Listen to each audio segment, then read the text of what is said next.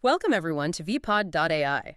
This deep dive is sponsored by Stonefly, your trusted solution provider and advisor in enterprise storage, backup disaster recovery, hyper-converged VMware, Hyper-V, Proxmox cluster, AI servers, SA365, a turnkey security appliance, public and private cloud. Check out stonefly.com for more info. Okay, let's unpack this. We're diving into something that's been making waves, really, claimed a major step forward in hypersonic engine tech. Yeah, reportedly coming out of China. We're talking specifically about this thing called a rotating detonation engine, an RDE. Right, the RDE, and what we've seen suggests this isn't just, a minor tweak. It could be pretty significant. It really could. So our mission today basically is to understand this tech, look at where it came from, what this new claim actually involves, and, well, what it might mean globally. Absolutely, because this isn't just about going fast, is it? It's about the capabilities that speed unlocks, potential game changers. Ready to jump in? Let's do it. So first off, hypersonic, we hear that term a lot. What speed are we actually talking about here? How fast is hypersonic? We're talking more than 5 times the speed of sound. So Mach 5 or faster. Mach 5 plus, okay. And yeah, at those speeds, the whole game changes. The physics, the environment around the vehicle, especially how you generate thrust. It's all different from conventional flight. And this engine, the RDE, the one at the center of this claim, how is it different from, say, a normal jet engine? Well, think about a standard jet. It works by combustion, right? Fuel and air mix, they burn really fast, but it's a controlled, continuous burn. Deflagration, technically. Okay, a steady burn. Exactly. An RDE, though, Yeah. it uses detonations. Detonations? You mean like actual explosions? Precisely. Controlled explosions happening continuously. The idea is to sustain a detonation wave that spins around inside a ring-shaped chamber. A spinning explosion wave. Yeah. Instead of just burning, you get this shock wave slamming into the fuel-air mix, detonating it, and that detonation kind of pushes the next wave along continuously. Wow, that sounds intense. Yeah. And powerful. It is. And that's the whole point, really. The theoretical payoff is huge. Using that detonation energy directly means you could potentially get much higher thrust for the engine size. Higher thrust. And potentially better fuel efficiency, particularly at very high speeds compared to traditional engines that rely on just burning fuel. It's like harnessing the explosion itself. Higher thrust, less fuel at hypersonic speeds. That sounds like, well, kind of a holy grail for high-speed flight. It definitely has that potential on paper. Which makes me wonder, is this a brand new concept China just came up with? Or has this been around? Oh, not new at all. The basic idea, harnessing detonations for propulsion, has been around for, well, decades. Decades. Really? Yeah, the U.S. military and researchers were looking into similar concepts, like something called an oblique detonation engine, or ODE, way back in the 1950s. The University of Michigan was involved too, I believe. The 50s? Wow. Okay, so this isn't some sudden breakthrough idea. It's been kicked around for a long time. A very long time. NASA was even working on detonation concepts in the 1970s. Some reports suggested they were aiming for incredible speeds, maybe even up to Mach 16. Mach 16. That's staggering. So if the potential was known way back then, why haven't we seen these things powering, missiles or aircraft before now? What was the holdup? That's the multi-billion-dollar question, isn't it? The core problem has always been stability. Stability. Keeping that detonation wave going continuously, smoothly, without it just dying out or becoming unstable and basically tearing the engine apart. That's incredibly difficult. Okay. Getting the fuel and air to mix perfectly just ahead of the wave, controlling the intense heat and pressure. These are massive engineering hurdles. The information we have suggests these persistent stability issues were a key reason those earlier U.S. efforts were reportedly put on the back burner. So controlling the explosion, basically. That was the bottleneck for decades. Were there any other maybe more recent attempts? Well, yes. The U.S. Navy, around 2012, had this project.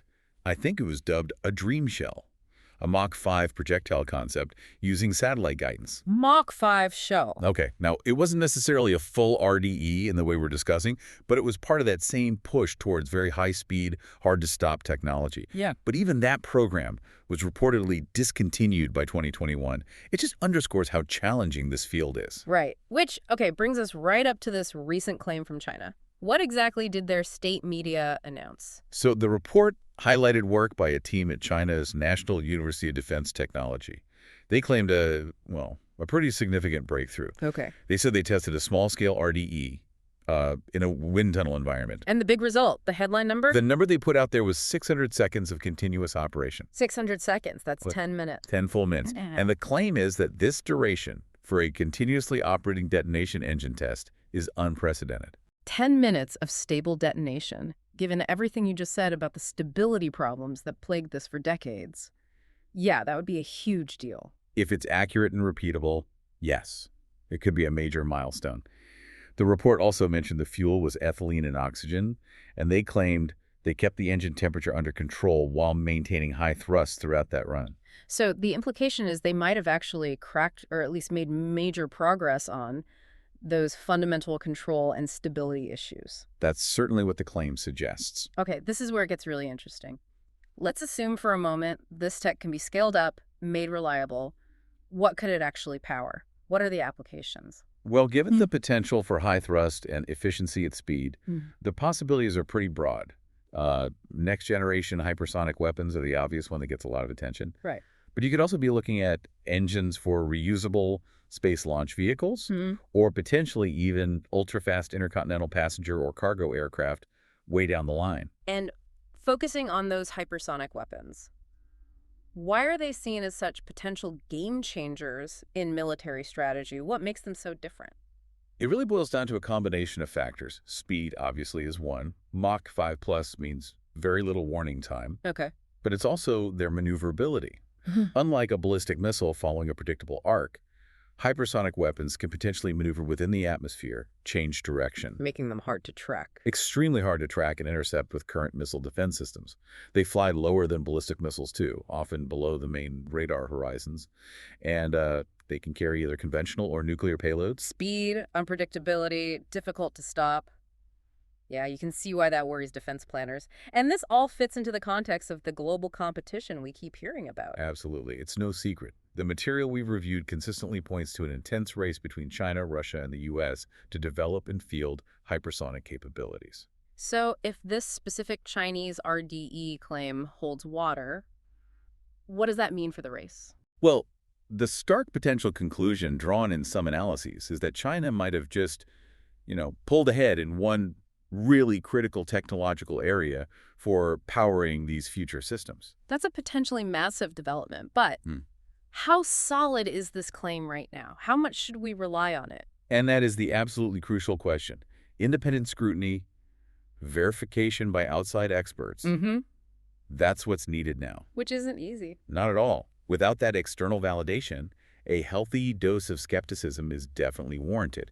These are claims reported through state media about military-related technology. And China isn't exactly known for openness regarding its military development. Precisely. That adds another layer of difficulty. Yeah. So while the test could represent a genuine leap forward, We need confirmation. exactly, verifying it, understanding the true scale and maturity of the technology, that's the immediate challenge for the rest of the world. So, stepping back then, if this claim is accurate, it might signal that a technology stuck in theory and difficult lab experiments for, 70 years? Something like that, yeah. Could finally be moving towards practical application. It could be. A shift from lab curiosity to potential battlefield reality. And that would inevitably start reshaping thinking about advanced propulsion and down the line, maybe even the global strategic balance in this hypersonic age. It really highlights the immense engineering challenge, but also the intense drive behind this competition. Definitely. It's where really tough physics meets complex engineering meets high-stakes geopolitics. It's a fascinating point in time, potentially watching a tech breakthrough that people have chased for generations. It really is. The forces involved are immense. The control needed is exquisite, and the implications, well, they're significant. Okay, let's wrap up this deep dive. We've looked at what a rotating detonation engine, or RDE, actually is, this idea of using controlled, continuous explosions for thrust. And why that offers such tempting theoretical advantages, like higher thrust and better fuel efficiency at speed. We traced its long, difficult history, stretching back decades, highlighting that core challenge. Stabilizing the detonation wave, which held back progress for so long. Yeah, those hurdles were significant. Then we unpacked China's recent, pretty dramatic claim, achieving a 10-minute continuous run in an RDE test. A potentially unprecedented duration, if verified. And we talked about what this could mean if the technology proves scalable and reliable, powering next-gen hypersonic weapons, maybe space planes. And how this fits into that intense global race for hypersonic dominance, while stressing the absolute need for independent verification of these claims. It's a story, like you said, where physics, engineering, and global strategy all collide. with potentially very disruptive outcomes down the road. Which leaves us with a final thought for you, the listener, to chew on. Considering the secrecy that often surrounds military tech like this and the incredibly high stakes in the whole hypersonic competition, what do you think is the biggest hurdle ahead for this claimed Chinese breakthrough?